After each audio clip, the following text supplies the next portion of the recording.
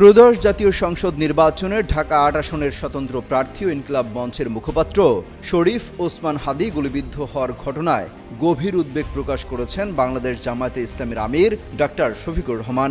শুক্রবার বিকালে নিজের ভেরিফাইড ফেসবুক পেজে দেয়া এক পোস্টে এই উদ্বেগ প্রকাশ করেন তিনি। পোস্টে ডাক্তার শফিকুর রহমান বলেন, ইনকিলাব মঞ্চের মুখপাত্র ও ঢাকা ৮ আসনের স্বতন্ত্র সংসদ সদস্য প্রার্থী শরীফ ওসমান হাদী গুলিবিদ্ধ হওয়ার ঘটনায় আমি গভীর উদ্বেগ প্রকাশ করছি।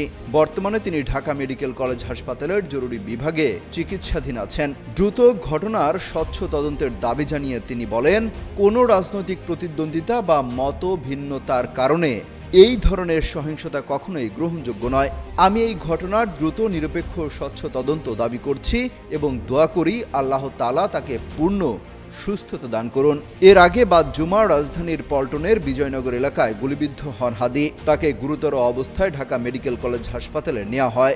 গুলির বিষয়টি নিশ্চিত করে ঢামেকের পুলিশ ক্যাম্পের ইনচার্জ মোহাম্মদ ফারুক বলেন, দুপুর ২:৩০টার পরপরই তাকে হাসপাতালে নিয়ে আসা হয়। তার বাম কানের নিচে গুলিবিদ্ধ হয়েছে।